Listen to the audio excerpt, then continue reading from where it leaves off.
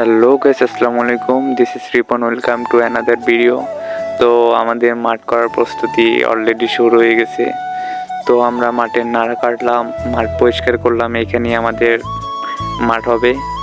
তো পরিষ্কার করা শেষে আমরা ট্রাক্টর দিয়ে মাঠ চাষ দিলাম।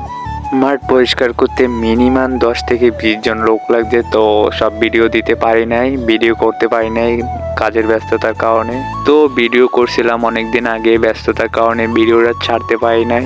মাঠ চাষ দেওয়ার পরে মাঠ শুকাইলাম। তো এখন পানি দিয়ে মাঠ সমান করার পালা। তো দেখতেই পারতেছেন আমরা মেশিন আনলাম, মাঠে পানি দিব। তো যার মেশিন সে মেশিন সেট করতেছে আর আমরা তাদেরকে সাহায্য করতেছি। ফাইনালি মাঠে পানি দেওয়া শুরু হলো। তো কিছুক্ষণ পানি দেওয়ার পরে আমাদের মেশিনটা নষ্ট হয়ে গেছিলো। মেশিন নষ্ট হওয়ার ফলে যেখানে আমাদের একদিন পানি দেওয়ার কথা ছিল সেখানে 3 দিন লাগাই দিছি। আর মাঠে ছোট ভাই ব্রাদার অনেক কাজ করছিল। আমি নিজেও ভাবতে পারিনি যে ওরা মাঠে এত পরিশ্রম করবে। তো এগুলা দেখে ভালোই লাগতেছে যে ছোট ভাইরা মাঠে কাজ করতেছে।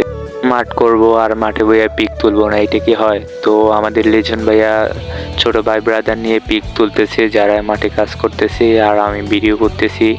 ইনশাল্লাহ যদি পানি দেওয়া শেষ হয় 2-1 দিনের ভিতর, তাহলে মাঠ শুকাইতে মিনিমাম 1 সপ্তাহ বা 10 দিনের মতো লাগবে। তারপরে আমাদের খেলা শুরু হবে।